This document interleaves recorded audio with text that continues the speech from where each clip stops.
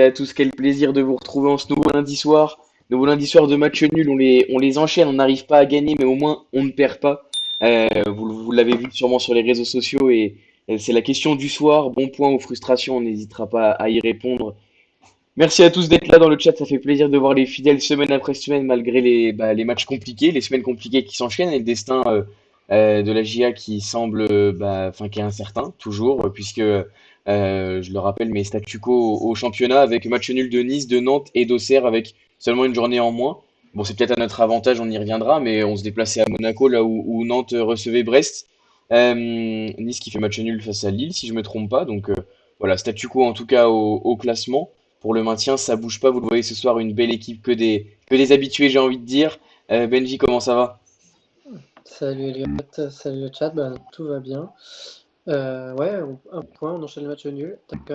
C'est pas statu quo parce qu'on gagne un point sur Metz, hein. Donc la Ouais. 18e place s'éloigne, même si je pense que personne à Metz n'y croit encore et je ne pense pas qu'on a encore une chance de finir à cet endroit-là. Mais ouais, sinon, en effet, course au barrage et course au maintien direct. Bah, bah, Ce qui change aussi, c'est qu'il y a un match en plus aussi, hein. Donc une possibilité en moins pour Nantes de nous rattraper et une possibilité en moins pour nous de rattraper Nice. Mais Et voilà, oui. je pense qu'on va en reparler, je pense.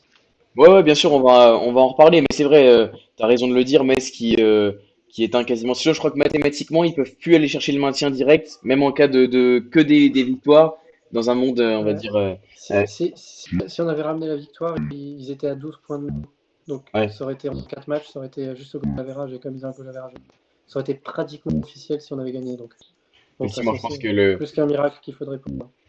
évidemment, évidemment, et on souhaite bien du courage aux Messins pour qui la saison a été longue. On nous souhaite évidemment un destin différent. Adrien, comment ça va? Ah, très bien, et vous, hein. Franchement, super match hier. Je plaisante évidemment. Mais ouais, toujours un plaisir de venir ici, hein. On connaît la maison. Non, bah, plaisir de vous recevoir en tout cas, les gars. Vous êtes des fidèles des fidèles intervenants de l'émission, ça fait plaisir dans le chat. Je vois qu'il y a du monde qui arrive. Bonsoir à tous ceux qui arrivent au compte-gouttes. On va y aller sans plus attendre. Benji, si tu veux bien nous parler un petit peu de la compo serroise, bon, de la continuité globalement. Ouais, continuité, même équipe que la semaine dernière contre Nantes. Donc peut-être que Pellissier attendait aussi un peu une réaction, comme il y avait eu un peu un non-match quand même contre Nantes à domicile. Donc peut-être qu'il y avait ce côté un peu de motivation pour les joueurs. Après, c'était aussi contre une grosse adversité. On a quand même plus de facilité cette année que contre les équipes de notre championnat au final. Donc voilà, il y avait toujours la question de est-ce qu'on va retrouver Lamine ici à droite au lieu de Senaya, mais au final on va continuer avec Senaya. Je pense que, encore une fois, pour les mêmes raisons que la semaine dernière, à savoir être plus solide défensivement, on va dire, en sachant que la Mincy voilà, peut parfois avoir, pas des errances, on va dire, mais en tout cas est très offensif. Et sur des contres ou des choses comme ça, il aurait pu être en difficulté à Monaco. Mais sinon, ouais, rien de spécial, hein. De toute façon, toujours les mêmes absents, on va dire, avec El Azouzi qui pourrait peut-être revenir dans le 11 un jour s'il revenait de blessure, mais pas sûr qu'on le revoit. Et puis voilà, et puis après, on n'a pas non plus pléthore de choix en attaque. Et je pense que le 11 qu'on a vu hier, qu'on a vu la semaine dernière, et au final notre équipe type du moment, et pas sûr que ça bouge beaucoup sur la fin de saison. Oui, non, on sait que Pellissier aime pas trop changer. Koulibaly avait rechuté, au fait, pour ceux qui n'avaient pas Mm. forcément eu l'info, mais Koulibaly a encore rechuté, donc il devrait manquer des semaines d'entraînement, encore je sais pas combien, et des semaines de match. El Azouzi aussi, longue absence oui, qui a rechuté encore la semaine passée, donc compliqué pour ces joueurs-là qu'on sait fragiles. Adrien, voilà le choix, c'est vrai, Benji en a parlé, le choix Senayassi, on va dire que c'est un peu le choix du moment. Pellissier avait surpris, entre guillemets, le week-end dernier en mettant Senaya côté droit contre Nantes pour densifier un peu. On sait qu'il y avait Mathis Sabline côté gauche. Euh, voilà, on sait qu'il y a le débat, il connaît le met dans le chat, lui il aurait préféré si.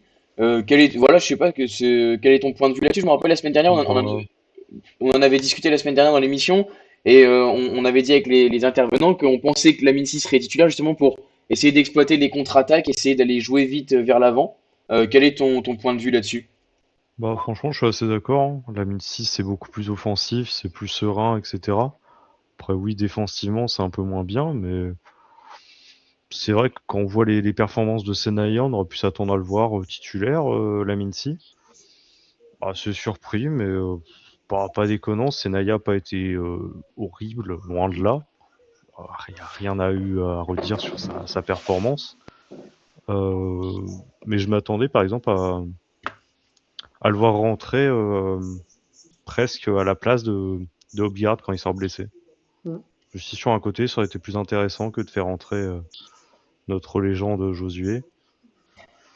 Mais bon, voilà, ça c'est une autre question, on en reparlera sûrement. Ouais, ouais, on en reparlera évidemment, mais c'est vrai que sur la Mincy, deux petites choses. La première, c'est, moi, je suis presque déçu d'un côté que, voilà, Dikoné le met dans le chat, on en parlait la semaine dernière, mais Mm. que s'il joue pas plus, parce que finalement, il y a cette connexion, je trouve, avec Fèvre qui se crée, et le fait que Sim monte beaucoup, ça apporte une certaine liberté à Fèvre qui peut rentrer dans le cœur du jeu. Je trouve que c'est là C'est où ce il que est j'allais dire. vraiment, je trouve que c'est là où Parce il est que vraiment épanoui. Fèvre revient vraiment au cœur du jeu, en effet, donc ça laisse de la place sur le côté droit. On l'a vu encore à Monaco, et c'est vrai que Senaya monte beaucoup moins. Mm. Après, moi, je comprends aussi le choix dans le sens où je trouve que Si est quand même un peu plus en dedans, on va dire, que sur le début d'année 2026, où il avait fait vraiment une fin d'année 2025 et un début d'année 2026 exceptionnel. On était tous ébahis de son niveau. Et je trouve que dernièrement, il était un peu plus rentré dans le rang, avec un peu moins de différence offensive. Et aussi, bah, comme je disais, hein, parfois défensivement, même j'ai trouvé que sur sa rentrée, après c'est toujours difficile de rentrer dans des matchs comme ça, mais j'ai trouvé que sa rentrée était un peu moyenne, on va dire. Et il prend un carton, il se fait passer plusieurs fois par Adira, qui a fait lui pour le coup une très grosse rentrée. Donc voilà. Après, c'est difficile hein, de défendre contre des joueurs comme ça qui sont très très talentueux et très forts. Mm. Mais en tout cas, voilà, je pense que c'était vraiment. Enfin, je dirais pas que c'est un mauvais choix. Je comprends l'intérêt de se dire, comme Fèvre rentre dans le cœur du jeu, il faut aller voir quelqu'un qui prend la profondeur sur le côté droit. Mais à côté de ça, il y a voilà, le côté équilibre défensif aussi. Ça pouvait être. Voilà, il n'aurait pas fallu prendre un contre non plus sur une montée de 6, quoi. Ouais, ouais, je suis d'accord, complètement d'accord. C'est vrai qu'il y a un certain équilibre qu'apporte Sénégal, qui n'apporte pas forcément si malgré sa capacité à répéter les efforts. Et ma deuxième petite réflexion sur si, c'est vrai, Adrien, j'y avais jamais pensé, mais c'est vrai, le profil fait qu'il pourrait presque être intéressant un cran plus haut quand on voit Absolument. Hopgard s'épanouir, Exactement.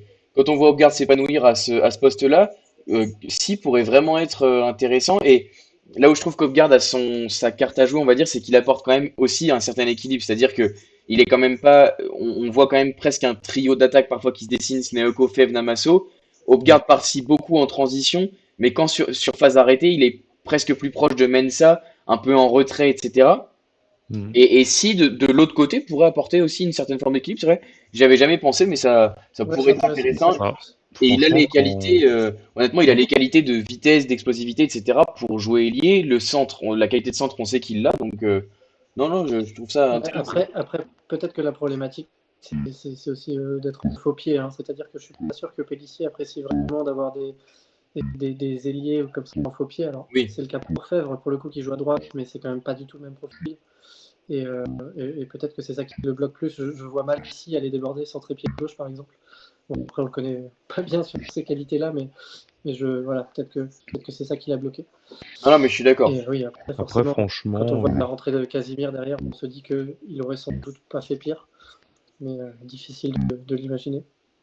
franchement, j'aurais bien vu une petite entrée de la Mincy à place de Hopgard, du coup, avec Namaso qui passe à gauche, Fèvre dans l'axe. Ça aurait pas été déconnant, je trouve. Oui, oui, Après, il peut y avoir on va y ce. revenir, je pense. Pellicia a une grande part de responsabilité dans ce petit nul, quoi. Ça aurait pu être une belle victoire. Ouais, Mais bon, je suis c'est d'accord, dommage. cet ajustement aurait pu, ouais, cet ajustement aurait pu avoir lieu. Euh, Messieurs, côté Monaco, Benji, si tu veux dire un mot, équipe quand même impressionnante. Et puis tu en as parlé à Dingra, mais voilà, les changements tout au long du match, Golovin, etc. C'est quand même une Ouais, sacrée Monaco, armada, quoi. très très grosse équipe. Là, je regardais un petit peu parce que voilà, ils sont premiers sur la phase retour. Hein. Ils ont enchaîné, je sais plus, 7 ou 8 victoires de suite avant de perdre au PFC. Ils se sont énormément remis dans la course à la Ligue des Champions, même à la 3e place. Donc qualification directe. Donc ils sortaient aussi d'un revers au PFC justement. Donc ils avaient un peu l'obligation de réagir. Donc, c'était pas forcément le meilleur moment, on va dire, je pense, pour les jouer, parce que pour moi, ils avaient vraiment l'obligation de réagir. Et j'étais un peu inquiet de ça. Mais sinon, derrière, ils avaient retrouvé du monde aussi, parce que je crois que Golovin, justement, était absent au PFC, et là, il était de retour. Ils ont devant Balogun qui enchaîne but sur but et qui marque à tous les matchs depuis je ne sais même plus combien de temps. D'ailleurs, comme il a encore marqué, sa série se poursuit.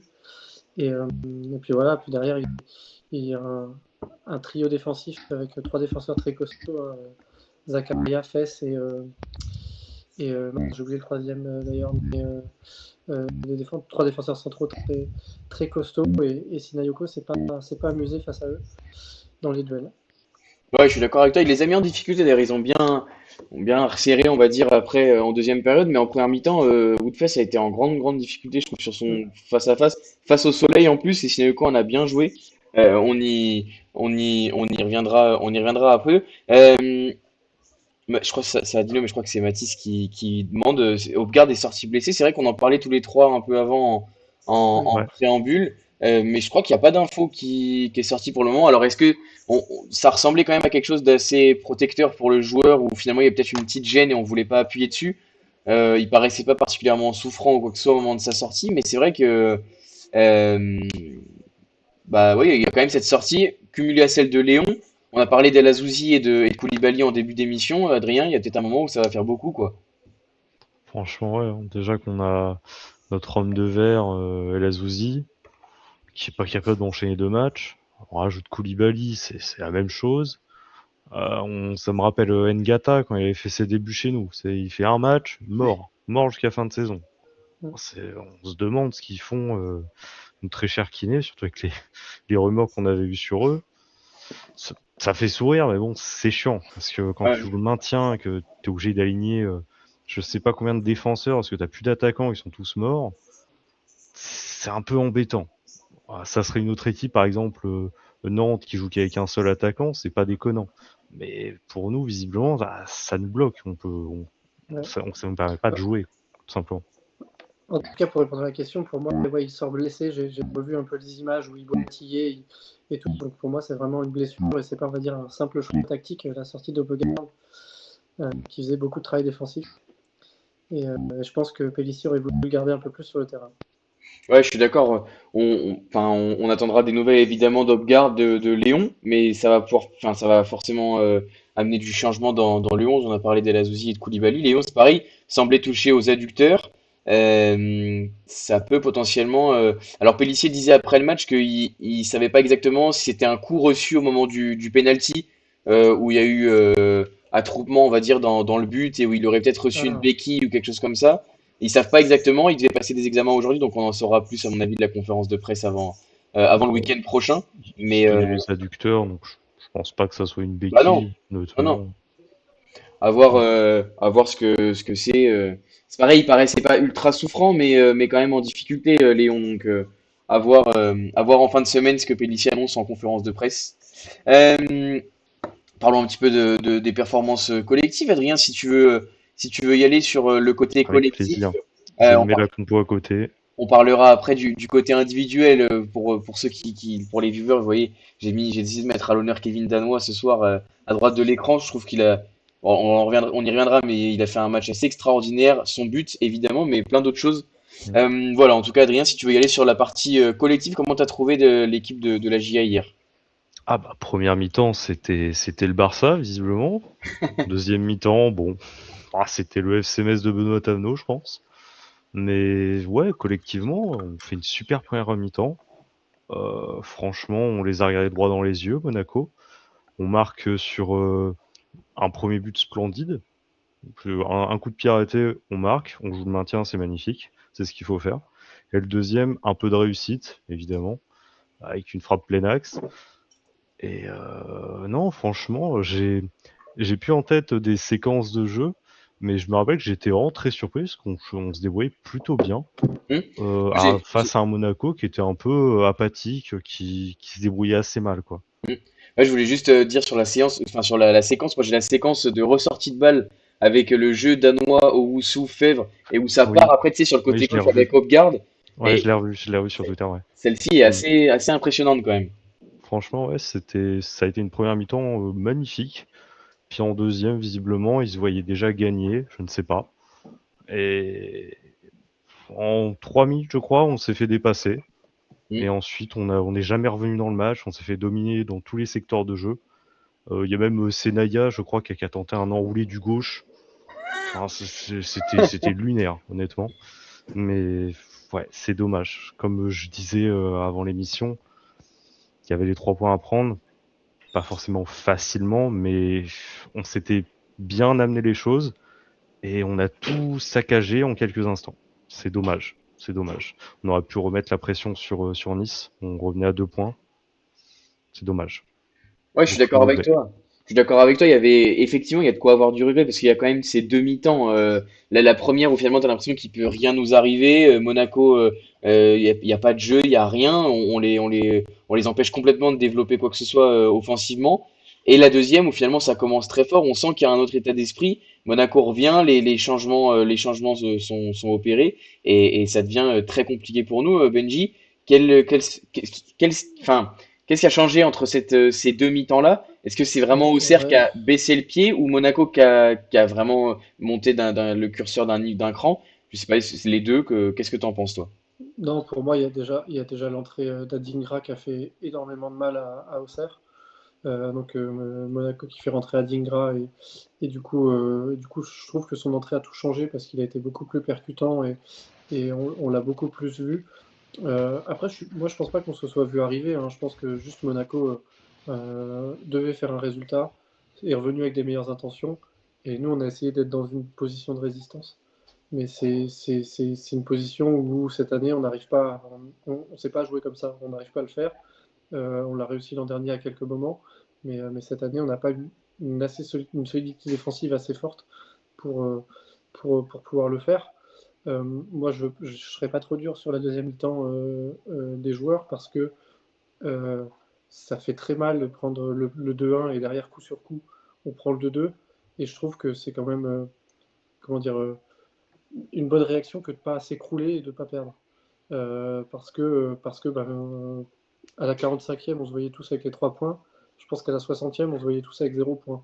Hmm. Et ça, c'est un peu le progrès de cette équipe quand même sur cette année. Sur le début d'année, on n'arrivait jamais à tenir un résultat. On a perdu je ne sais plus combien de matchs et combien de points dans les dernières minutes. Là maintenant, on gagne plus beaucoup, mais on perd plus beaucoup.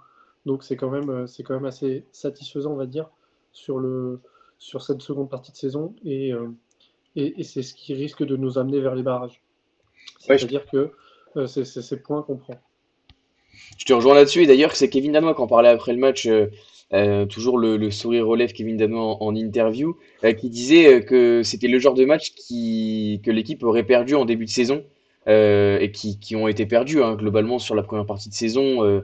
On va pas tous les relister, mais les matchs où Auxerre joue Lens, bien, Monaco, tout à fait. Monaco, déjà, et un oui. second, Ah, à chaque fois. Lens, Monaco, Paris, enfin, te dire tous ces Ouais, matchs-là ouais, où tu prends un but dans les derniers instants, où tu tiens, tu finis par craquer.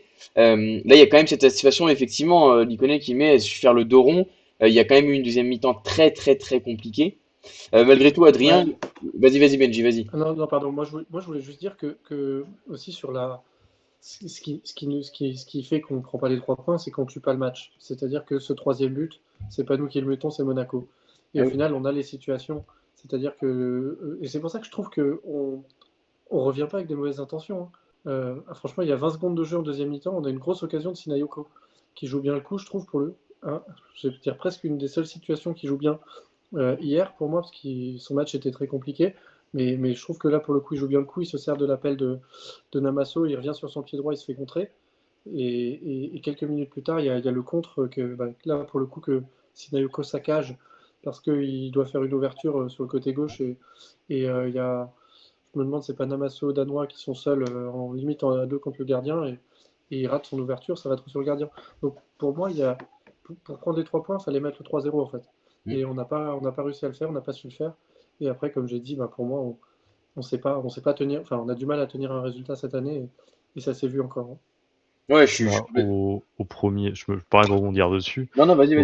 Entre les deux buts qu'on met, t'as le 1v1 de Sinayoko, Ouais, oui, non, mais ça, celui-là, où il croit qu'il est hors jeu, il arrive à 2 à l'heure devant le gardien, alors que le défenseur est quand même à au moins 20 mètres derrière, il arrive à le rattraper.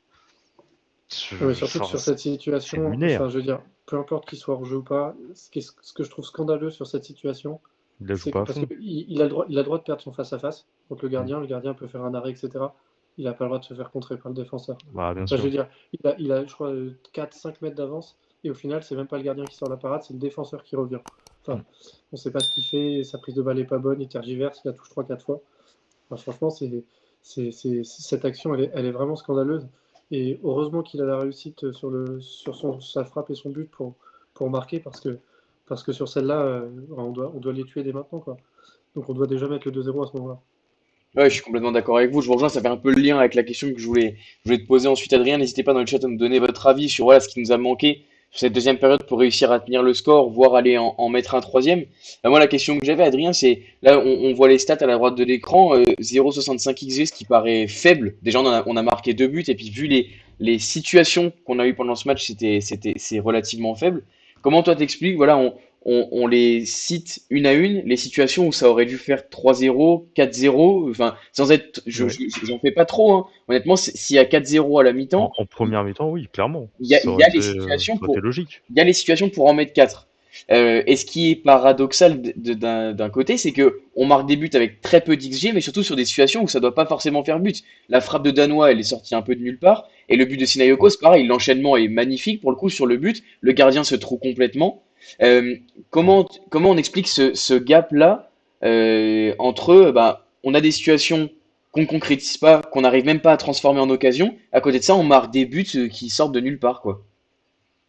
Bah, j'ai envie de dire, on est. Alors d'ailleurs, on n'est plus la pire défense, étonnamment. On est passé avant-dernier. La pire défense, la pire attaque, La pardon. pire attaque. Ouais, on est passé avant-dernier, étonnamment, grâce à ces 2 buts. Euh, Mais de toute façon, c'est le résumé de notre saison. On n'arrive pas à marquer des buts. Si on les marque, on a soit un coup de chance, soit c'est le destin, je ne sais pas. Et des buts tout faits, on n'arrive pas à les faire. Je saurais pas l'expliquer, mais de toute façon, enfin la saison passée, on avait entre guillemets des tueurs devant le but. On avait Perrin, on avait Traoré, on avait des gens qui avaient le sens du but, qui savaient finir. Ah, cette saison, bon, bah quand on œuvre, c'est Sekou. Évidemment, on va pas aller loin, mais je pense que c'est un problème individuel, c'est c'est psychologique. Ils y arrivent plus, ils y arrivent tout simplement plus. Ouais, je suis. Ouais. Vas-y, Benji, si tu veux dire Non, un mot. pardon. Non, non, c'est juste que je suis totalement d'accord avec toi. Enfin, nos attaquants n'ont pas de confiance très difficilement. Même Namasso qui fait quand même, enfin, qui est un de nos meilleurs joueurs offensifs, mais on se satisfait de peu quand même parce qu'il est à quoi? 3-4 buts? Hmm. Enfin, c'est quand même très faible. Surtout il a des situations aussi. Sinayoko, il a 8 buts, il devrait être au double. Enfin, franchement, il a des situations cette année où il tergiverse un peu comme hier. Et moi, j'ai du mal à saisir. Enfin, après, on n'est pas sportif de haut niveau, etc. Mais je trouve que c'est un tel bon attaquant quand il est spontané. Hmm. Enfin, quand il joue en une touche, quand il marque en une touche. Hier, j'ai fait un tweet un peu là-dessus en disant que pour moi, quand il est spontané, il est top 5 meilleur buteur de Ligue 1. Et quand il a le temps, il est top 200 National 2, quoi. C'est-à-dire que le nombre de situations cette année où il a le temps et au final il frappe pas, il veut faire le crochet en plus, il veut faire. Et il se fait reprendre, il se fait contrer. Alors que ben, en J1, la frappe qu'il met contre Lorient, c'est une frappe spontanée. Hmm. Quand il marque à Nice, c'est une reprise. Quand il marque au Havre, c'est une reprise. Même là, c'est un enchaînement où, hop, un contrôle, une frappe. Hmm. Enfin, c'est là vraiment qu'il est dangereux, qu'il est bon et qu'il marque. Et du coup, j'ai du mal à saisir pourquoi il n'a pas cette confiance, en fait. Parce que pour moi, il devrait l'avoir. Il Bah, devrait franchement, l'avoir parce que ses gestes sont des vrais gestes d'attaquant quand il est spontané, en fait. Hmm. Bah, franchement, ça me rappelle la saison passée contre Marseille, où il fait une action complètement Sinaïouesque. Il arrive en 1v1 devant le gardien, il a, bah, pareil, une demi-heure pour tirer, bah non, il va chercher le penalty. Mm. Enfin, c'est lunaire, c'est pas quelque chose que tu recherches normalement. C'est que tu allumes le gardien, point. hmm. Je, je comprends pas son état d'esprit. Puis ensuite, on va encore avoir Djibril Cissé qui va se plaindre sur Twitter, mais en même temps, on est obligé de se plaindre. Hein. Les attaquants sont pas en confiance, c'est normal. Ouais, non, non, mais Après, je. ça reste le truc le plus difficile. Pardon, Elliot, vas-y, parce qu'on fait que te couper. Vas-y. C'est Ah vrai, non, mais c'est vrai. moi, moi, je vous laisse les rênes, je vais faire ma soirée, puis vous me dites quand vous avez fini, Ouais, on t'envoie un je message reviens, quand tu dois couper live. je coupe le stream, voilà. Non, non, pas de souci, les gars. Au contraire, ça fait plaisir de discuter avec vous. Moi, j'avais juste une autre réflexion, Benji. J'ai tweeté là-dessus hier soir enfin, pendant le match sur les transitions. Euh, C'est-à-dire que ça a fait notre force saison dernière, on le sait. Mais cette saison, je trouve que ça tendait à être de mieux en mieux joué, de mieux en mieux appréhendé. Je trouve les transitions offensives très rapides. Et là, sur ce match-là, on voit à quel point c'est catastrophique. Sinaoko en bouffe au moins 3. Celle en deuxième période où il y a deux joueurs quand même tout seul au second poteau. Il envoie une espèce de Un pavé dans les tarpin. bras voilà, du gardien monégasque. Et c'est pas la seule. La situation où il est point de pénalty en deuxième période, où il frappe du gauche, fait une passe au gardien, Sinayoko, Oh, la ça vient d'une passe. transition rapide. Je veux dire, de toute façon, toutes les situations qu'on s'est créées, les buts ont été marqués plutôt presque sur des phases arrêtées. Enfin, le premier c'est sur une phase arrêtée, le deuxième c'est presque plus sur une attaque placée finalement. Mais les situations qu'on n'a pas réussi à transformer en occasion, je trouve que c'est sur des transitions rapides. Je sais pas, est-ce que tu as remarqué ça? Quel est ton avis là-dessus, Benji? Ouais, bah, moi je trouve quand même qu'il y a du mieux sur les transitions Hmm. rapides. C'est-à-dire que il y a plein de transitions qu'on n'arrive pas à jouer parce qu'on n'a pas la justesse technique pour bien les jouer justement et pour aller faire mal directement. Mais justement, bah, vous en avez parlé tout à l'heure sur la sortie de balle qui fait transition pour Opegaard qui va frapper, c'est une belle situation. Il y en a une un peu juste avant, je crois, où c'est Fèvre qui veut centrer pour Danois et Danois n'arrive pas à la Ouais, reprendre, qui est pareil, qui est à 1-0, hein. Donc du coup, et c'est pour ça que les XG aussi veulent pas tout dire parce que ouais, tout à on fait. a pu être dangereux sur des situations comme ça, mais qui n'ont pas abouti à des frappes et qui n'ont pas abouti à des actions finies. Donc voilà, mais en tout cas, c'est sûr que on n'a pas, pour moi, on n'a pas ces joueurs avec la finesse technique et la qualité technique de l'an dernier pour nous permettre de vraiment jouer parfaitement ces situations et ces contres. Parce que bah, au milieu, on voit Owusu Danois quand ça récupère et que ça combine, c'est très propre. Par contre, derrière, même Fèvre, moi je trouve qu'il fait quand même une bonne première mi-temps. Hmm. Enfin, Ah, on l'a perdu, je Ah, crois. ouais, Benji, j'ai l'impression. Est-ce que tu nous entends? J'ai l'impression que ton micro s'est coupé d'un coup d'un seul. Tu m'entends, Adrien? alors, Ah oui, moi je t'entends, Ah hein. ouais, c'est bon, Benji, j'ai ok. l'impression que c'est revenu. C'est bon, je suis revenu. Ouais, J'ai ouais, ouais. recoupé, remis. Bon. Du coup, je disais que pour moi, Fèvre avait cette qualité technique pour combiner avec Owusu Danois sur les ressorties.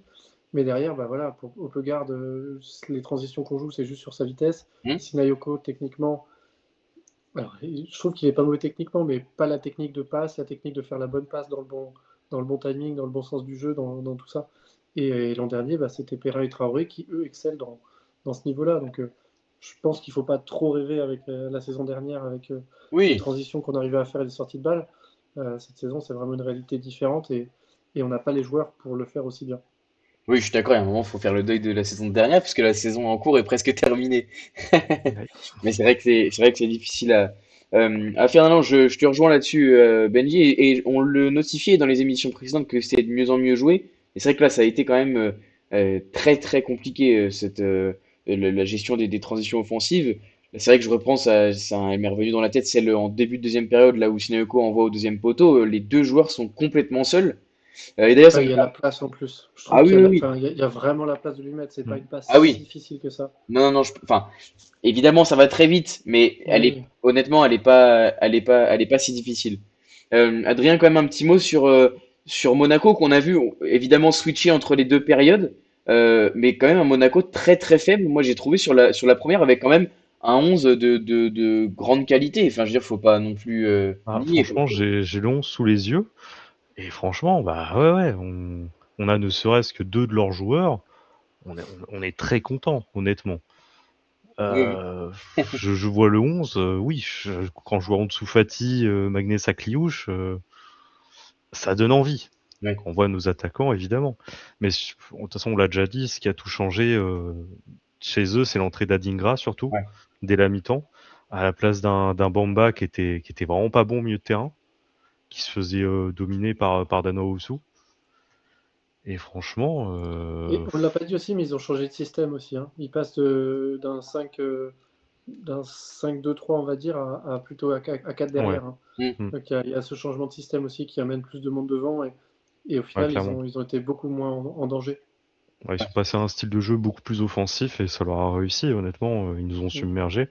Et on l'a déjà dit, on n'a pas su faire le dos rond, alors qu'on aurait dû. Je sais pas si on a essayé de mettre le 3-0 en deuxième, ça n'a pas fonctionné, et après, visiblement, Pellissier s'est entêté à garder son système, à garder sa manière de jouer, alors qu'on voyait que Monaco donnait tout pour égaliser, quoi. C'est dommage, honnêtement. Ouais, je suis d'accord avec toi. On reparlera après, on va passer sur le côté individuel et on pourra reparler après du coaching Pellier. C'est vrai qu'il y a bon, forcément des choses à dire, comme à chaque match, mais voilà, on y reviendra un peu après avant le top flop. On va pouvoir passer sur le côté individuel. Bon, Adrien, si tu veux y aller, si tu veux continuer sur la partie Avec plaisir. individuelle, donner un peu les joueurs qui t'ont plu, ceux qui t'ont un peu moins plu, voilà. Il y a quand même, je trouve, des noms à ressortir de cette confrontation. Bah, franchement, oui, il y a eu du bon en soi. Romain Fèvre fait une très bonne première mi-temps, très transparent en deuxième, honnêtement. On l'a quasiment plus vu, c'est ça qui est dommage. Et il reste quand même les 90 minutes. C'est ça qui est compliqué, mais vu que t'as aucun remplaçant devant, t'es obligé de le garder. On aurait pu Euh, faire rentrer Sekou mais bon. c'est ce que je dis, on n'a pas de remplaçant devant. C'est c'est pas facile. Et non, sinon, il y a quand même Sinali Domiande qui fait un super match, Ouais, comparé à un Brian Oko qui était un peu en dessous par rapport à son niveau, qu'on voyait vraiment monter à crescendo à chaque fois qu'on le voyait titulaire. ouais. Là, j'ai vraiment vu un Sinali vraiment bon. Danois, évidemment, Elliot en avait parlé. Il fait Hmm. un bon match, franchement. Et je crois, c'est le seul nom que j'ai cité, hein, je regarde vite fait. Ouais, ouais, j'aurais rien d'autre à dire, honnêtement. Le reste, Moi, c'était. je trouve que Woussou fait un très très bon match, hein. Je trouve que Ouais, Woussou, dans l'impact, sur la première mi-temps, le nombre de ballons qu'il gratte et qu'il arrive à ouais. ressortir avec Danois, et même en deuxième, hein, jusqu'au bout, le nombre de compensations. Je repense aussi à une montée de scie en deuxième mi-temps où derrière ça part dans son dos et c'est lui qui vient le compenser à droite, etc. Enfin, je trouve que Woussou a fait un très très gros match, un peu à l'image de ces dernières semaines où il est vraiment revenu à un très très bon niveau et on a retrouvé l'entente qu'on avait au Soudanois de l'an dernier. Ouais. Franchement, c'est un rôle ingrat, on a tendance à l'oublier, hein. Et Hmm. je m'en excuse évidemment. Non, non, mais c'est sûr. Et surtout qu'il n'est pas très visible derrière sur le haut du terrain parce que lui, il fait le Mm. travail, il compense et derrière, il donne le ballon à Fèvre ou Danois. Quoi. Ouais, non, je suis complètement d'accord avec vous sur Elisha Owusu. C'est vrai que ça fait plusieurs semaines là qu'on en parle et qui vient régulièrement dans les tops. Et c'est vrai que on le disait sur la saison dernière surtout que le très bon Danois existait quand il y avait un bon Owusu à côté de Mm, lui mm. qui lui permettait de s'épanouir, qui lui permettait de jouer un peu plus haut, de prendre un peu plus de risques presque à la relance, etc. Owusu, il a vraiment, tu le dis, hein, Adrien, mais ce rôle ingrat, les compensations, les courses à haute intensité, aller Ouais, jouer à l'épaule, faire la petite faute qu'il faut, prendre le carton jaune quand bien il faut sûr. se dévouer pour prendre le carton jaune. Honnêtement, je trouve qu'il est vraiment, ouais, il est vraiment bien en ce moment et il arrive à compenser son déficit technique, on va dire, par un jeu plus simple. Je trouve qu'avec ballon, il est pas ridicule non plus. Je sais plus quel match c'était, mais voilà, on en avait discuté dans l'émission qu'il avait vraiment fait un match Le techniquement. dernier, je crois, hein. Mm, Celui juste je avant. pense. Contre Euh, je- Nantes, il a été très bon aussi Ouais, déjà. contre Nantes, Ouais, j'ai oublié. Oui, contre Nantes, il fait un super match, ouais, ouais. franchement. Oui, oui, c'est vrai que là, il est assez bien. Enfin, il est vraiment bien en ce moment et physiquement, il est vraiment, vraiment au niveau. Dommage pour lui que si le Ghana est à la Coupe du Monde, en plus je dis n'importe quoi. Si, si, le Ghana, il Non, devrait. Non, ils y sont non, pas? ils sont pas à la Coupe du Monde, le Ghana. Ah oui, c'est vrai. Ah Non, ouais? C'est pour ça non, que non, le Mensah est Ghana pas n'est bon. pas. C'est un C'est un des des gros gros absents. absents. Mm, mm. Mm. Effectivement, ouais, bah, c'est dommage pour lui parce que là il aurait été en pleine bourre pour aller chercher sa sélection sans trop de soucis, mais aller chercher du temps de jeu. Justement pour parler de ses compères ghanéens, c'est Naya Mensah. Moi je les ai trouvés plutôt corrects quand même sur les deux côtés de la défense. JD bah, qui fait sa passe D sur Sinaoko et qui a été plutôt bon quand même derrière. Je trouve qu'il maintient le cap, on va dire, Gideon Mensah qui, on sait, on voit qu'il donne pas tout, mais il fait le nécessaire pour être au niveau, donc voilà. On sent qu'il veut pas se blesser non plus, puisqu'il voudrait pas risquer un transfert avorté ou quoi que ce soit. On se doute, on sait très bien qu'il partira sûrement librement à la fin de la saison, donc je pense que pour lui ce serait catastrophique de se blesser maintenant. De l'autre côté, c'est Naya, bon, qui est mis pour densifier hein, son côté, et je trouve que ça a été plutôt bien géré. Il a bien géré Mawissa. On sait que Mawissaf, c'est plutôt un central de formation. Là, il était mis piston gauche, en tout cas au début du match. Voilà, il a plutôt bien géré, Senaya.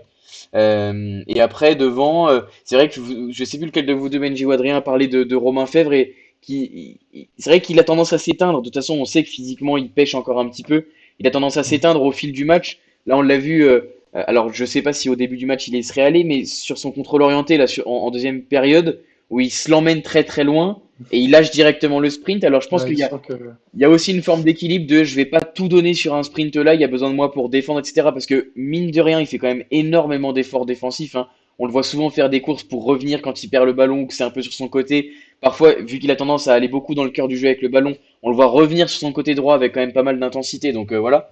De toute façon, on sait que c'est pas le profil rapide, très percutant, etc. Mais il a d'autres qualités.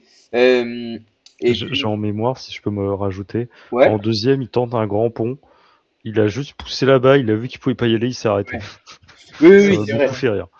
Oui, oui, c'est vrai qu'il a petit à petit physiquement on sent qu'il arrive à tenir de plus en plus longtemps à un niveau correct, mais quand même les 90 minutes c'est compliqué et ça me permet on pourra enfin c'est un peu au milieu des performances individuelles mais ça me permet là Romain fait 90 minutes ça me permet de faire le lien Adrien avec tu parlais de Christophe Pellissier au début évidemment Benji on pourra en parler après mais Namasso est sorti à la 70e minute, si je me trompe pas, pour Ouais, euh, il sort de plus en plus tôt. Je sais voilà. pas ce qu'il a fait à Pélissier, mais Sur les, visiblement. sur les deux derniers matchs, il sort quand même très Hmm. tôt.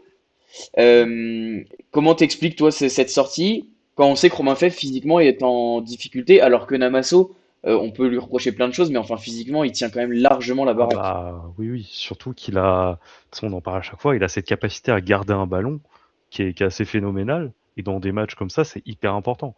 Mm, Surtout qu'on on n'était pas là à gagner du temps, loin de là.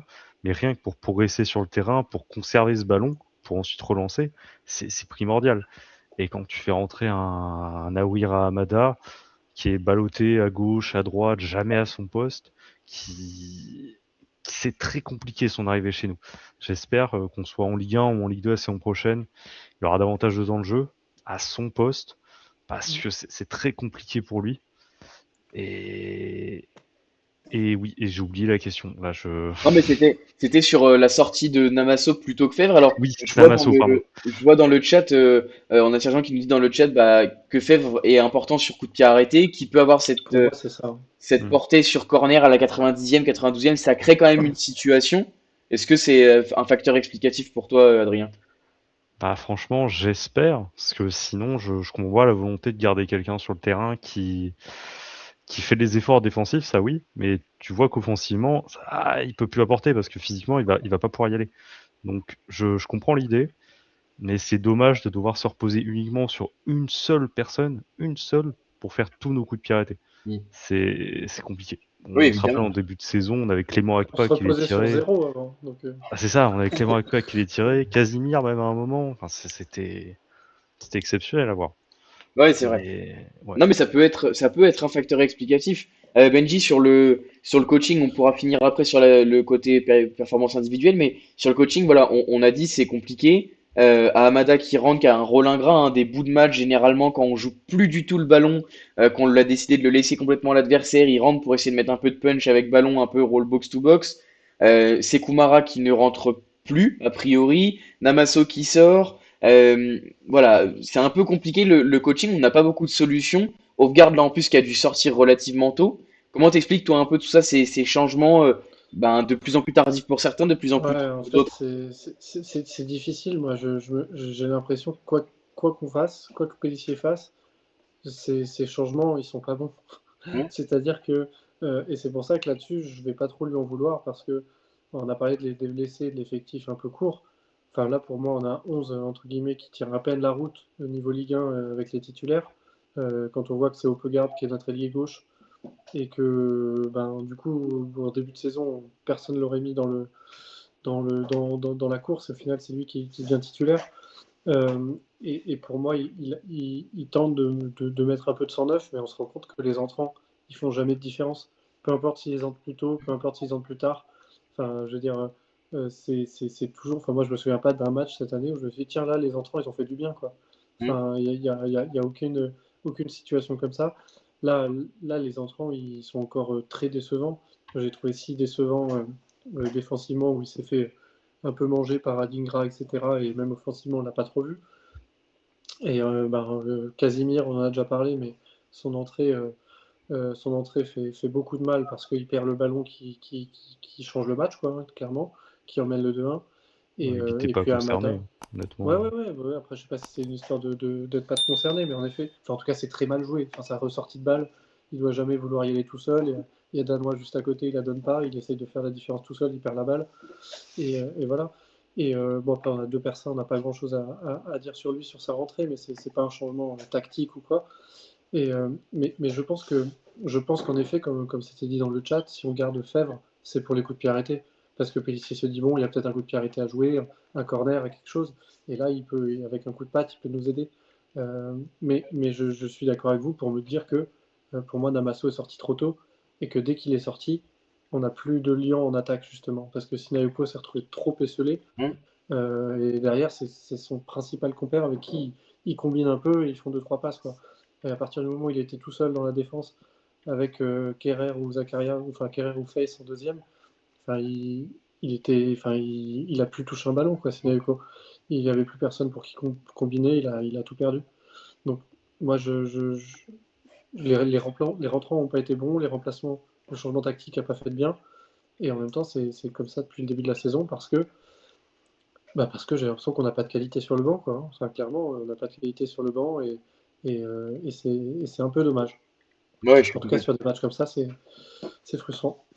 Ouais, je suis complètement d'accord avec toi. Et c'est vrai, si Naoko, à partir du moment où Namasso est sorti, il y avait vraiment un gap énorme, 20 à 30 mètres sur chaque ballon qui était envoyé devant. C'est-à-dire même sur les seconds ballons, personne n'était prêt à vraiment exploiter Mm. le ballon parce que il y avait personne proche de lui, quoi.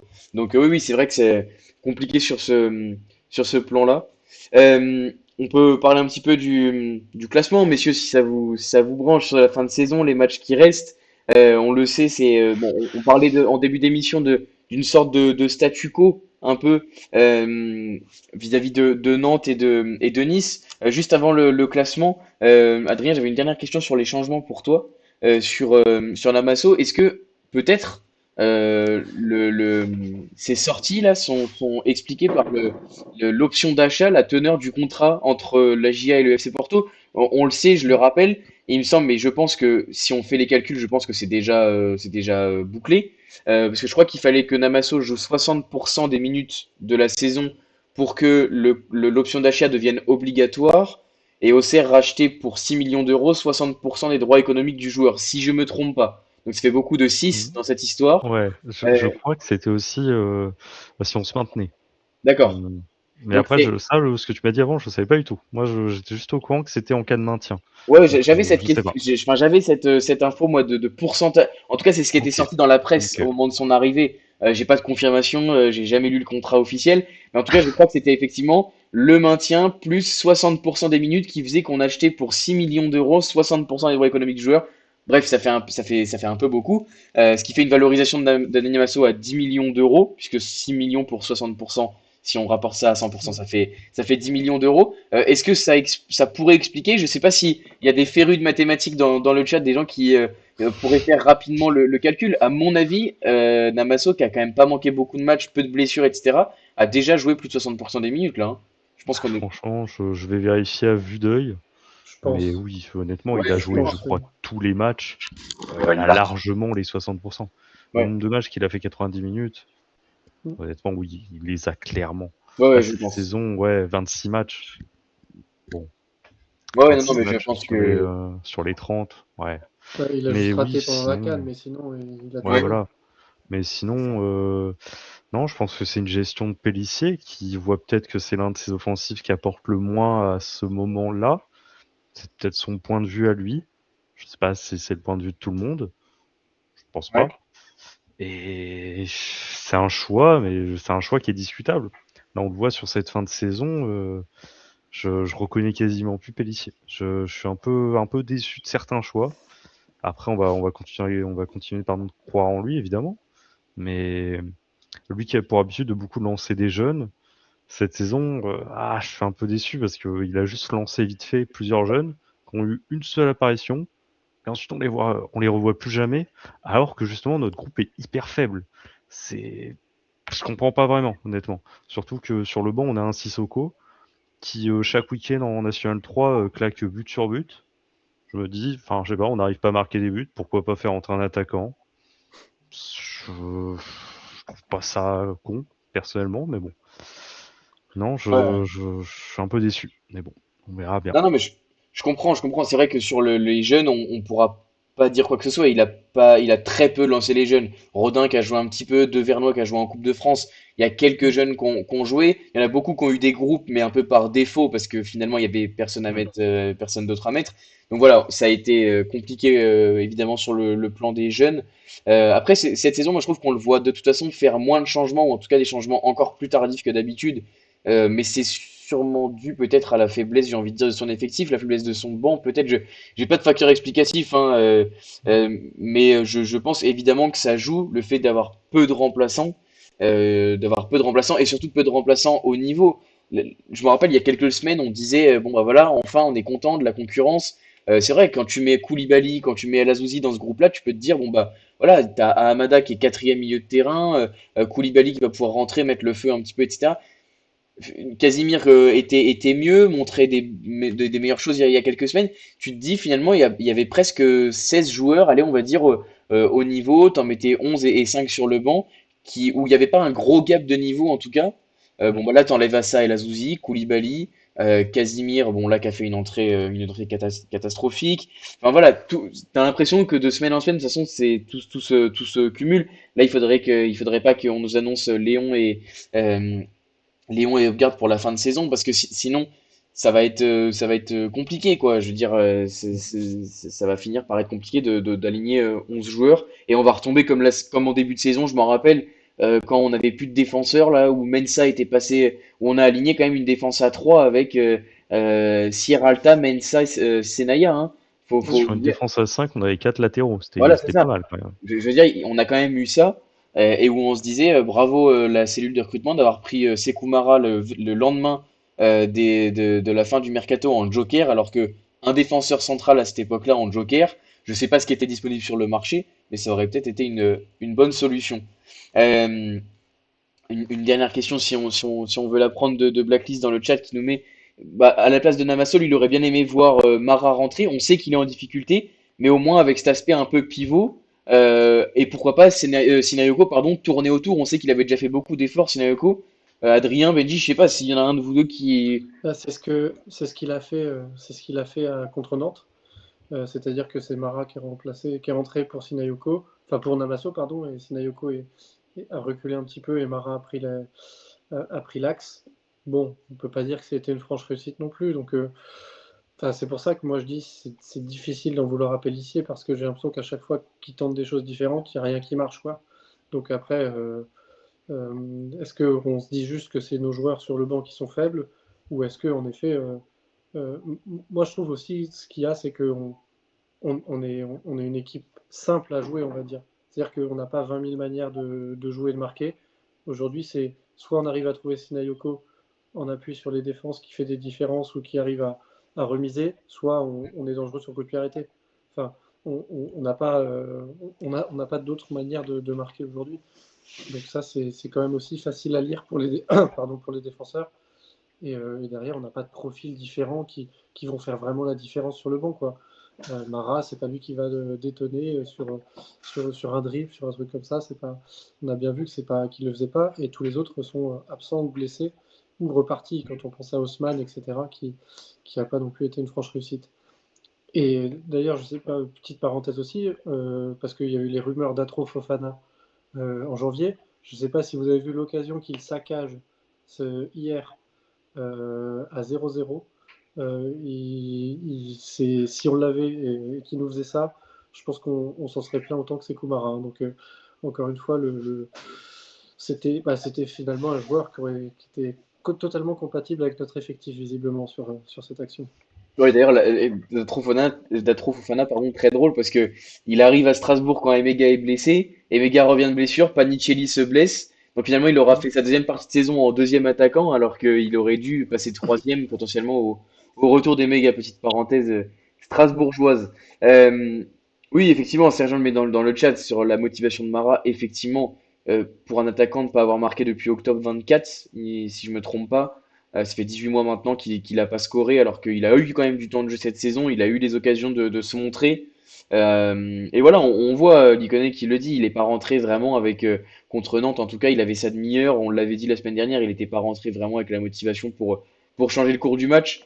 À noter que je me suis permis de faire le petit calcul pendant cette petite discussion sur les remplaçants, sur les minutes jouées par Namasso. Et donc, 34 fois 90, ça fait 3060. Et multiplié par 0,6 pour avoir 60% des minutes, ça fait 1836. Et Namasso a déjà joué 2203 minutes. Donc il a joué, Liconet l'avait mis dans le chat, il a joué 82% des minutes possiblement jouées cette saison. Et donc il a joué, du coup j'ai dit 2203 divisé par 3060. Il a joué 60, déjà joué 71% des minutes totales possibles sur la saison. Donc Sans compter les 4 derniers matchs. Ouais. sans compter voilà, les 4 derniers matchs. Donc il montera peut-être, même sûrement à 80% 80-85% de minutes jouées. S'il y a maintien, donc l'option d'achat de Namasso sera obligatoirement levée, ce qui fait déjà une grosse somme à sortir. On pourrait y revenir hein, évidemment sur la fin de saison, là je pense qu'il y a plus important, mais ce qui fait déjà une grosse somme en moins dans les caisses, 6 millions d'euros. On sait qu'il y a de l'argent qui va rentrer, mais ça fait quand même Après, on a déjà récupéré la vente de Matondo aussi, quand même, Oui, tout à fait. Tout à qui a un fait. peu rempli les caisses, je pense. Matondo, Akpa qui devrait partir, Mensah qui va libérer de la masse salariale, Danois qui devrait partir également. Évidemment, il va y avoir un petit peu d'argent. 6 millions, c'est vrai que ça fait beaucoup, surtout qu'on sait que c'est 60% des droits économiques du joueur, ce qui fait qu'en gros, au moment de la vente, la GIA devra verser 40% du montant de la vente à Porto. Évidemment, tout ça c'est du très gros, hein. On se doute évidemment qu'il y a des montages financiers et que on n'est pas sur des chiffres aussi ronds, etc. Voilà, c'était la petite parenthèse calcul, la petite parenthèse Namasso. Messieurs, parlons, j'en avais parlé un petit peu, mais parlons un petit peu classement, statu quo ou pas. Et puis on va essayer de répondre à la question. Benji, si tu le veux bien, avant le top flop, le titre de l'émission, ce sera bon point ou satisfaction. Benji, si tu veux y aller, selon toi, euh, Ouais. Pour moi, oh, c'est un bon point, clairement. ouais, Pour moi, à 14h59, on signe tous pour prendre un point à Monaco. Comme je disais tout à l'heure, hein, sur la phase retour, ils sont premiers. Alors bon, il y a Paris qui a encore des matchs en retard, donc peut-être que ça changera, mais ils étaient sur une série énorme. Ils visent la troisième place. Ils ont des joueurs qui sont d'un autre calibre que les nôtres. Donc pour moi, c'est un très bon point, il n'y a pas de débat. Enfin, je vais un peu nuancer. Pour moi, c'est un très bon point dans l'optique des barrages. C'est frustrant dans l'optique du maintien direct. C'est-à-dire qu'en effet, c'était une vraie opportunité, surtout vu le scénario, de se rapprocher de Nice, de les mettre à distance. Mais maintenant, c'est quand même un très bon point qu'on n'avait pas sur la feuille de route sur la fin de saison, quoi, hein, que ce soit le match là ou le match samedi prochain au Groupama Stadium, parce que j'ai vu qu'il y avait dans le chat, je ne sais ça plus qui parlait de parlait de Gerland. Gerland, mais s'il va à Gerland, malheureusement, il va pas Le tomber ballon sur le va être bon bizarre stade. là-bas. Ouais. Donc ce sera bien au Groupama Stadium, hein. Et non, mais dans tous les cas, c'est des points qui sont importants et c'est des points qu'on n'avait que trop peu pris face à ces équipes-là sur la première partie de saison. Et c'est là que sur la deuxième partie de saison, je regardais aussi, on est 13e sur la phase retour pour le moment. Ce qui est tout à fait honorable du coup, hein, parce que justement, on ne perd plus beaucoup. On n'avance pas vite parce qu'on a très peu de victoires, mais à côté de ça, on arrive à gratter des points sur des concurrents, sur des équipes qui vont jouer l'Europe. Donc c'est quand même pour moi un bon point. Et laisser Nantes à 5 points, je pense que. Enfin voilà, comment dire, ma conviction, tu parlais tout à l'heure du classement, Hmm. c'est que quand je regarde le calendrier de Nantes, pour moi, ils ne reviennent pas. Enfin, ils ont des matchs très difficiles à jouer. Ouais. Ils ont des scénarios horribles. Enfin, franchement, hier, c'est tellement pas mérité pour eux. Pour moi, le carton rouge, il est ultra sévère. Il ne doit jamais y Ouais, avoir rouge. Euh, j'ai vu une image aussi là, en fin de soirée, le, sur le coup franc qu'amène le but d'égalisation. Il y a peut-être hors-jeu sur le Brestois, il est peut-être hors-jeu qui obtient la faute. Donc franchement, c'est un enchaînement de choses. Leur match contre Strasbourg à domicile, ils doivent gagner. Ils perdent dernière minute. Mm. Contre nous, au final, ils méritent plus la victoire qu'autre chose, mais ils n'arrivent pas à faire basculer du bon côté. Là, ils gagnaient, ils se sont égalisés. Enfin, pour moi, ils sont trop dans une comment dire, spirale négative.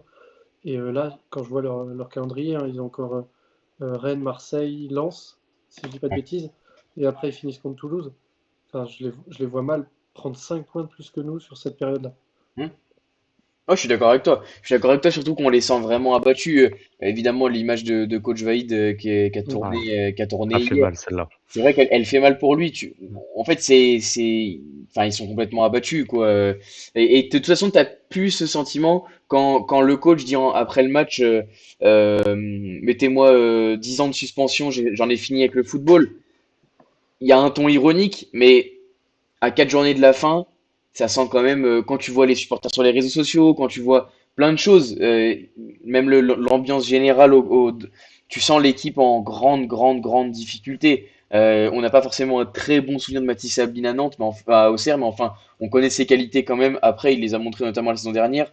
Là, on sent un joueur qui a plus rien à mettre dans le club. Enfin voilà, on sent vraiment des joueurs déjà presque certains déconnectés de Nantes et à penser presque à l'avenir, à ce qui va se passer après en cas de descente en Ligue 2, les départs, les probables, enfin voilà, les changements, les mouvements au mercato. Donc non, évidemment, enfin Et juste, pardon, je rebondis parce que je vois sur le chat quelqu'un qui dit on n'est pas à l'abri que Nantes fasse battre Toulouse et ou Rennes dans un derby, même s'ils battent les deux, alors donc ils prennent 6 points, ça veut dire que nous on prend pas un point sur nos 4 derniers matchs. Enfin, à ce moment-là, on mérite pas de jouer les barrages, vous voyez ce que je veux dire? hmm. Donc c'est pour ça que pour moi, vraiment, je les vois pas revenir. Et s'ils reviennent, c'est que nous, on n'aura pas fait le travail. Enfin, pas fait le travail pour assurer à minima ces barrages. Ouais, je suis complètement d'accord avec toi là-dessus, Benji. Adrien, bon point aux frustrations, et après tu pourras répondre à la question de Sergent dans le chat. Le maintien direct est-il encore possible? Est-ce que toi tu y crois? Est-ce que c'est dans un petit coin de ta tête ou vraiment c'est éloigné et on pense au barrage? Bah, franchement, le bon point, comme l'a dit Benji, avant le match, juste le nul, c'est déjà magnifique. Alors la victoire, ça aurait été exceptionnel. Mais quand t'es à la mi-temps, t'as 2-0, tu te dis, bah c'est bon. Enfin, évidemment, on va ressortir avec les 3 points. À la limite, je plaisantais en plus que je regardais le match avec des amis. Je plaisantais, allez, on fait rentrer Sierralta, Akpa, on fait tout rentrer, on blinde. Mais c'est très très frustrant, franchement. Plus quand tu vois la manière dont tu te fais égaliser, c'est une perte de balle ignoble et un penalty complètement évitable. Parce qu'il se retrouve tout seul, Balogun. Il joue très bien le coup là-dessus. Léon ne peut même pas le blâmer sur sa sortie, il joue le coup magnifiquement. Alors, oui, bah, après voilà, c'est Dono. Moi, je trouve que Léon peut la jouer mieux, hein, très honnêtement. Et d'ailleurs, Ouais, c'est quand même ces sorties-là, c'est une de ses grandes faiblesses, hein. C'est-à-dire que il y a le rouge contre Brest, c'est un peu la même sortie, on va dire. Il y a aussi contre Nice, hein, le rouge qu'il prend, c'est pareil, c'est la même chose. Pour moi, c'est un très bon gardien sur sa ligne, Léon. Mais sur les sorties et oui, sur les sorties aériennes et sur les sorties comme ça, je trouve qu'il sait pas jouer des coups face aux attaquants. oui, il sait pas faire de sortie, ça, on est d'accord, hein, honnêtement. Dès que tu lui demandes de sortir de sa zone de 6 mètres, c'est compliqué. C'est compliqué. Et en Ligue 1, bah, tu le payes cash, quoi. Mais ouais, c'est un nul qui est très frustrant, honnêtement. Donc tu vois la première mi-temps qu'on pond, c'est dommage, c'est dommage. Et puis du coup, ouais, pour le maintien direct, honnêtement, il faudrait un miracle pour qu'on rattrape, pardon, Nice. S'ils n'ont pas un calendrier facile, mais est-ce que nous, on va réussir à prendre suffisamment de points pour les rattraper? C'est-à-dire sur les 4 prochains matchs, au minimum, au grand minimum, 2 victoires, alors qu'on en a, je crois, 5 cette saison des victoires. Ah, je ne sais pas, je ne sais pas. À voir si les joueurs jouent avec la même fougue que contre Brest, avec la même envie. Là, on pourra espérer quelque chose. Il faudra espérer aussi que les Niçois soient vraiment abattus. De toute façon, on l'a vu dans la presse, visiblement en interne, ça se passe hyper mal. Hmm. Donc on peut peut-être miser là-dessus, c'est-à-dire qu'il faut compter sur les autres.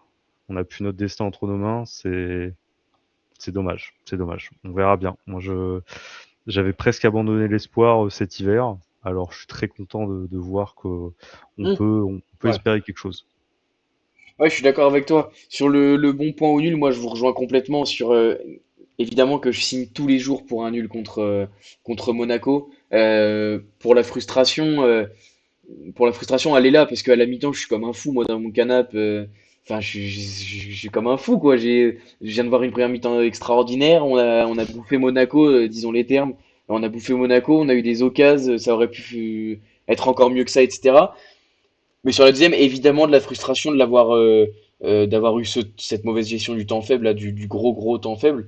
Après, pour le maintien, là, j'ai jeté un œil à Nice. Bon, t'as Strasbourg mercredi, à Strasbourg, déplacement à Marseille Oui, dimanche. parce que là surtout, ouais, c'est ça exactement. Nice, ils ont encore potentiellement une finale de Coupe de France à jouer. Ouais, Et Ouais, vu j'avais oublié l'effectif, ça, mais comme tu oui. c'est- disais, le fait qu'ils, pour moi, en plus pour moi, Strasbourg est, alors peut-être qu'ils vont jouer quand même la Coupe de France, mais Strasbourg est focus Conference League aussi et sans doute Coupe de France. Donc c'est-à-dire que si Nice se qualifie, vu les joueurs, ils vont peut-être se dire, bon, entre guillemets, le maintien, ça va, maintenant on va tout jouer sur la Coupe, quoi. Donc ouais, parce ça peut que leur jouer un mauvais tour. il y a des supporters niçois qui faisaient le parallèle la semaine dernière, j'ai vu avec Reims la saison dernière, hein, Mhm. qui jouait Ouais, la Ouais, j'ai vu descente aussi, ouais. et qui allait en finale, qui allait en finale de Coupe de France où finalement il disait que certains joueurs étaient plus du tout au championnat et complètement à la coupe. Là, on sait, Mhm. Adrien t'en a parlé des problèmes à Nice. On a vu les joueurs qui sont pas revenus sur le banc après être sortis la semaine dernière à la mi-temps, les problèmes en conférence de presse, etc. Enfin voilà, c'est vraiment ça a l'air d'être un sacré nid à emmerde quand même, si je peux me permettre le terme. Et puis, tu as quand même trois énormes matchs avant de se déplacer à Auxerre, hein.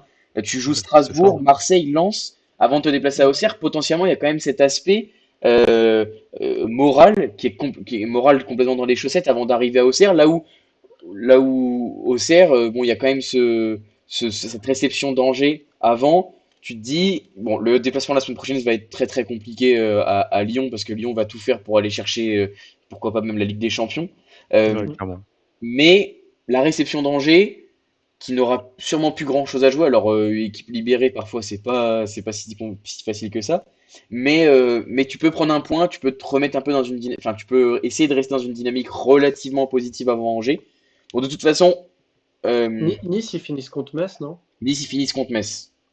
Ah ouais. Mais ce que j'allais dire, c'est. Vous savez à quoi ça me fait penser du coup? Il faut prier Benoît Tavenot, là. Non, mais il y a 3 ans, quand on redescend, c'est au final Nantes bat Angers, qui était dernier à l'époque, la Ouais. dernière journée, et nous repasse devant quand nous on perd contre Lens. C'est vrai. Le scénario pourrait être similaire, à savoir on pourrait repasser Nice et au final, entre guillemets, Nice battre simplement Metz et nous ne pas faire de résultat à Lille et retomber dans la zone rouge à ce moment-là. Hmm. Un petit but L'avantage de c'est que là on Gaëtan aurait un Perrin, barrage à là. jouer. Je suis Ouais, je l'avais dit, hein, le contre son camp de Gaëtan Perrin à la J34 pour nous Oh sauver. non, moi je pense. Non, je pense qu'il C'était- marque pour Lille, il retire son maillot, hein. Ah oui.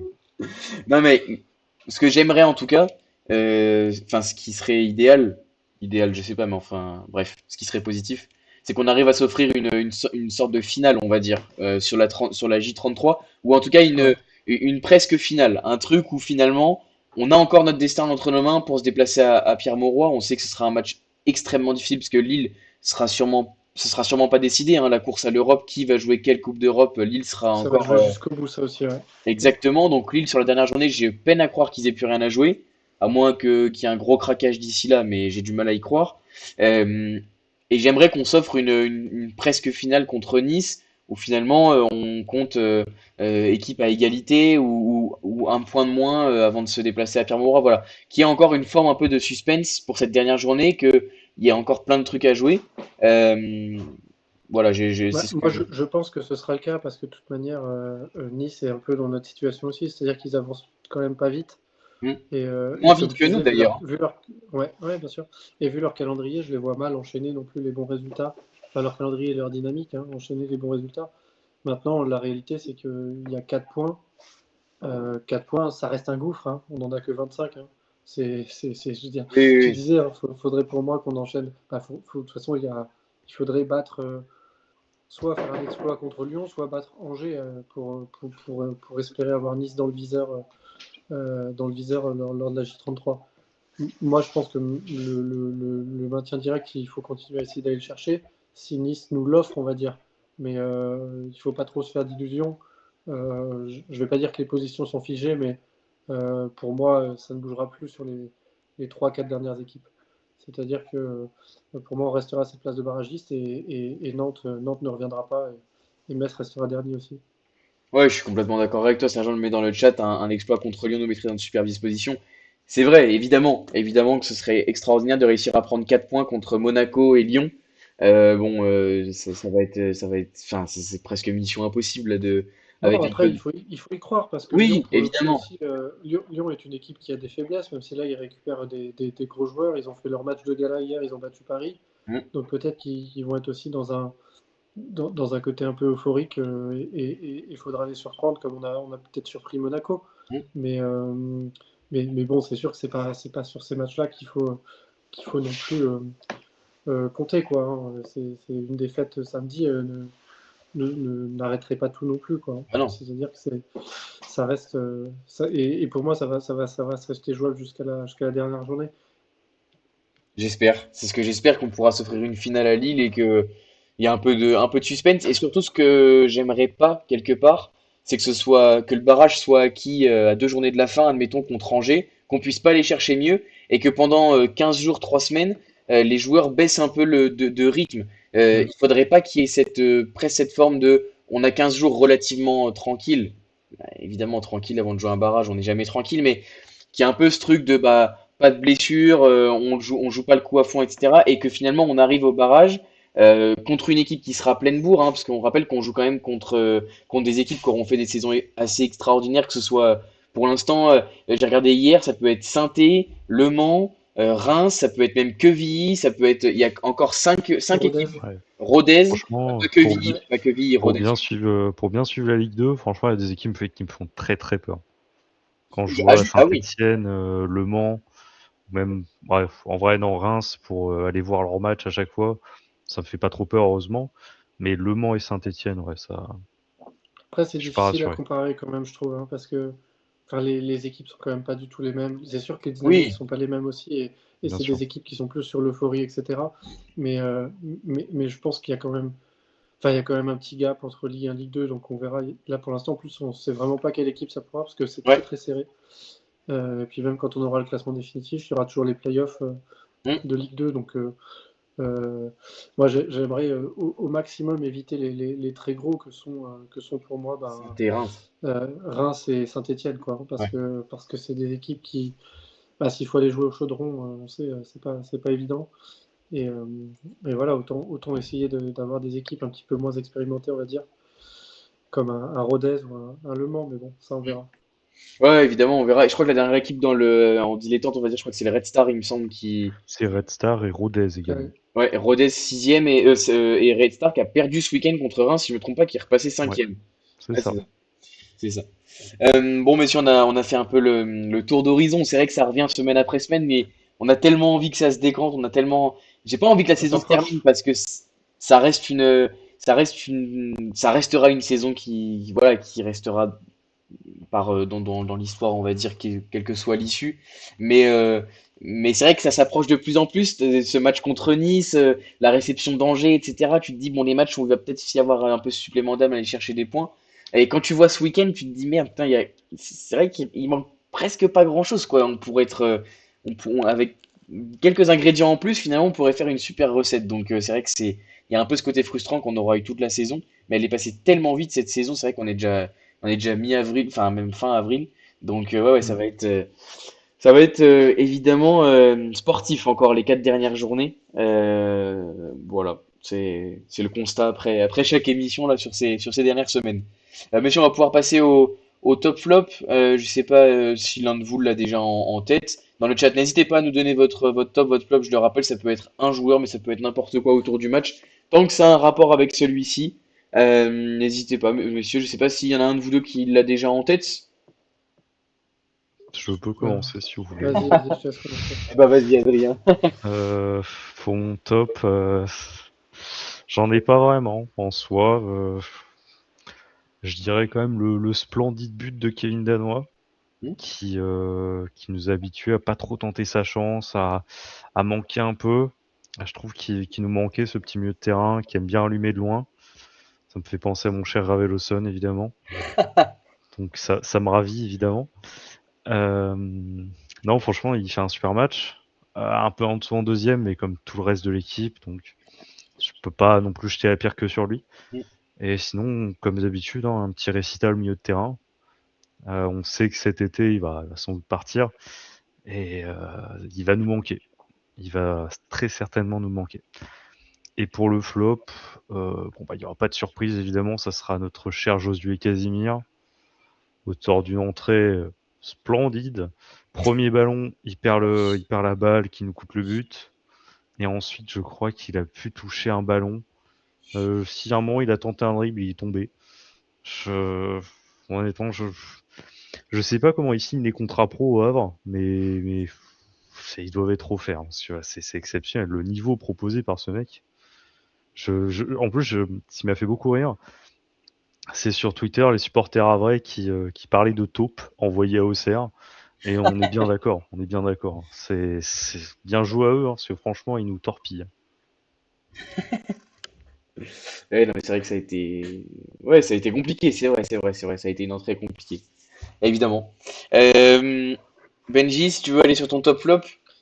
Ouais, moi il y a le top, j'ai vu Jubal pour son but à Krasnodar, ouais, j'ai vu que Jubal avait marqué, avait égalisé pour Krasnodar, en effet, avant-hier, je crois. Donc j'ai vu ça dans le chat, en effet, j'avais oublié. Moi, je vais mettre en top la paire Owu-Soudanois, on va dire, que j'ai vraiment retrouvé, mais que ça fait quand même plusieurs semaines hein, qui sont quand même intéressants, même si j'avais trouvé Danois un peu décevant contre Nantes. Mais en tout cas, je trouve que Danois est revenu à un très bon niveau et je pense que le fait que Wusu soit à un très bon niveau aussi, c'est pas un hasard. Donc c'est vraiment la paire là qui nous fait du bien au milieu. Surtout, voilà, le troisième but de Danois, les trois en dehors de la surface. Mm. Et puis il marque contre une autre équipe que Metz désormais. Donc non, c'est vrai que ça fait plaisir. Et en effet, on espère qu'il ira le plus haut possible après être parti d'Auxerre et on suivra ça avec attention parce que c'est vraiment un mec super. Et comme tu l'as dit, un interview d'après-match, toujours souriant. Je ne sais pas si vous avez eu l'occasion de voir le super extrait aussi, enfin pas extrait, pardon, le super reportage avec Benjamin Ivet il y a quelques semaines, Ouais. qui était sur Ligue 1 Plus et tout, où vraiment hyper sympa, je trouve. Tu sens la décontraction du joueur et son côté accessible.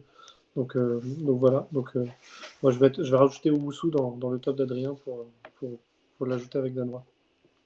Et en flop, je vais mettre plus globalement pour moi c'est toujours pareil, c'est l'effectif quoi. L'effectif trop faible, trop Mm. homme de verre. Voilà, El Azouzi qui est incapable d'enchaîner, Koulibaly qui se reblesse à nouveau, ce qui fait qu'on a un effectif très faible, trop faible, et que du coup les entrants ne font jamais la différence et on n'a jamais un match qui s'est déterminé qui s'est déterminé. Je sais même pas, si on a. Je suis en train de réfléchir si on avait gagné des matchs en fin de match, ou si on avait récupéré des points en fin de match. Je crois que ça ne me dit rien du tout. Euh, non, non, je Je crois, crois je pas crois non pas. plus, Je hein. crois que c'est pas arrivé. On n'a pas dû gagner un point sur la fin de match, sur les 30 dernières minutes. Et pour moi, c'est vraiment la responsabilité de cet effectif qui est trop juste en qualité et qui, du coup, fait que bah, une fois que tu as sorti ton 11 titulaire, bon, bah, tu fais des changements qui déstabilisent ton équipe et qui n'aident en rien et qui ne vont jamais t'aider à aller chercher des points, quoi. Ouais, je suis complètement d'accord avec toi. C'est vrai que c'est assez démonstratif, hein, ce manque de points sur enfin, ce manque d'occasions et ce manque de fraîcheur sur les dernières minutes des matchs tout au long de la saison, c'est assez symptomatique de la faiblesse de notre effectif, la faiblesse de nos remplaçants. Moi, pour mon top flop, je, disons que je vais commencer par le flop. Bah, c'est la frustration, on va dire, la frustration de 0 ou de 2. Évidemment, cette frustration-là, elle existe parce que tu sais qu'il y avait mieux à aller chercher. Le top, c'est quand même le résultat, paradoxalement, mais mine de rien, 2-2 à Monaco, c'est un point qui n'avait pas été anticipé, à mon avis, par le staff. En tout cas, moi, à titre perso, je l'avais pas anticipé. Je ne pensais pas qu'on ramènerait un point de Monaco. D'autant plus qu'ils avaient perdu, qu'ils s'étaient fait rouster la semaine dernière face au PFC. Donc, enfin, pour moi, il y avait vraiment pas de possibilité qu'on ramène un point de Monaco. Donc, c'est tant mieux pour nous. Et ça permet, Nantes et Nice en plus ont pris un point. Donc, ça permet de garder le même écart finalement avec les deux équipes qui nous entourent. Donc, ça, c'est plutôt positif. Voilà, c'est ce sentiment un peu tiraillé entre, entre le résultat et le bon point du nul quand même. Évidemment, voilà, c'est Agent qui parle de Shinayoko dans le chat. Après, je trouve, enfin, moi, le flop que je mets, je trouve, c'est global. L'équipe s'est un peu éteint. L'équipe a subi de manière assez létale le temps faible. Évidemment, Shinayoko a les balles à ce qu'il faut pour pour faire doubler, tripler, à mon avis, à titre personnel, notamment le face-à-face, mais il a aussi de quoi offrir des passes D. Enfin, voilà. Évidemment, mais après, enfin, tirer, je trouve, sur le joueur, j'ai pas, là, en tout cas, c'est pas ce que j'avais envie de faire, même si on est d'accord, on en a parlé un peu tout au long de l'émission, que évidemment qu'il a bouffé la feuille et que.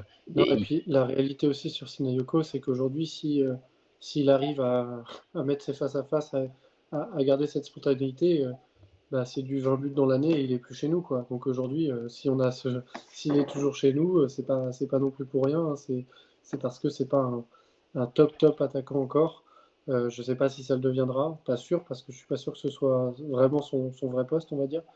Mais du coup, sinon, il serait plus chez nous. Donc, c'est ouais, vrai que j'ai un peu de mal à le mettre en flop, même si je trouve qu'il a fait un mauvais match aussi, hein. oui, oui, oui, il marque son but qui est très beau, l'enchaînement est parfait. Après, c'est vrai qu'il a quand même des situations qu'il doit transformer en occasion et il n'arrive pas à le faire et c'est assez problématique. Bon, messieurs, je crois on en a terminé avec ce match, avec cette pression qu'on subit semaine après semaine. Là, c'est vrai que ça devient, moi, je deviens tendu là devant les matchs. Je suis stressé et tout. Ça me fait pas ça d'habitude. Là, je serai en parkage à Lyon ce week-end. Euh, J'espère que certains d'entre vous dans le chat le seront aussi. Ça devrait être cool, mais je sais que ça va me stresser cette histoire. Ça va je, être je horrible. pense que le parquage va être très bien garni, je Ouais, ouais, crois. ouais. C'est pas loin d'être plein. Et bon, moi, je serai aussi au stade, mais pas en parquage. Ok. C'est vrai qu'en Mais je parquet, serai pas, je vous serai allez pas bien très voir loin. le match, quoi. C'est ça qui est bien. Le Non, parquage moi, à Lyon moi avec je Kappa, trouve, non? non, moi, je trouve que en fait, c'est un stade nouveau. Il est très haut, mais en fait, enfin, je veux dire, il y a des stades où tu vois moins bien que ça quand même, parce que le stade est quand même nouvellement conçu. Donc même quand tu es au troisième anneau, tu vois quand même plutôt pas mal. Ok. Bon. Bah écoutez, Mais t'es très haut, c'est sûr. Ouais. Ouais, T'attends pas à recevoir un maillot des joueurs à la fin du match, par exemple, parce que ils peuvent pas et puis je te crois qu'il lancer.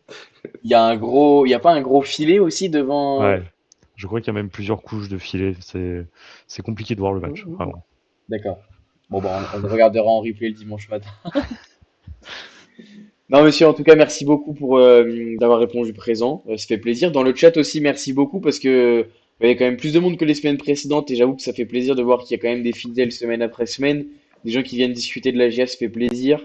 Les passionnés sont là de semaine en semaine, donc ça fait vraiment plaisir. Pour ceux qui ont pris en cours de route, bah, ce sera dispo dès demain matin sur les différentes plateformes. Et puis en attendant, moi je vous souhaite une agréable semaine. Prenez soin de vous. Et puis on se dit à lundi prochain avec, on espère, des points dans la besace. Mais évidemment, ça va être très très compliqué. Adrien, Benji, merci beaucoup encore. Et puis bonne fin de soirée, bonne semaine, bon courage. Et à lundi prochain. Merci Ciao. beaucoup, allez, bonne À semaine à bientôt. tous.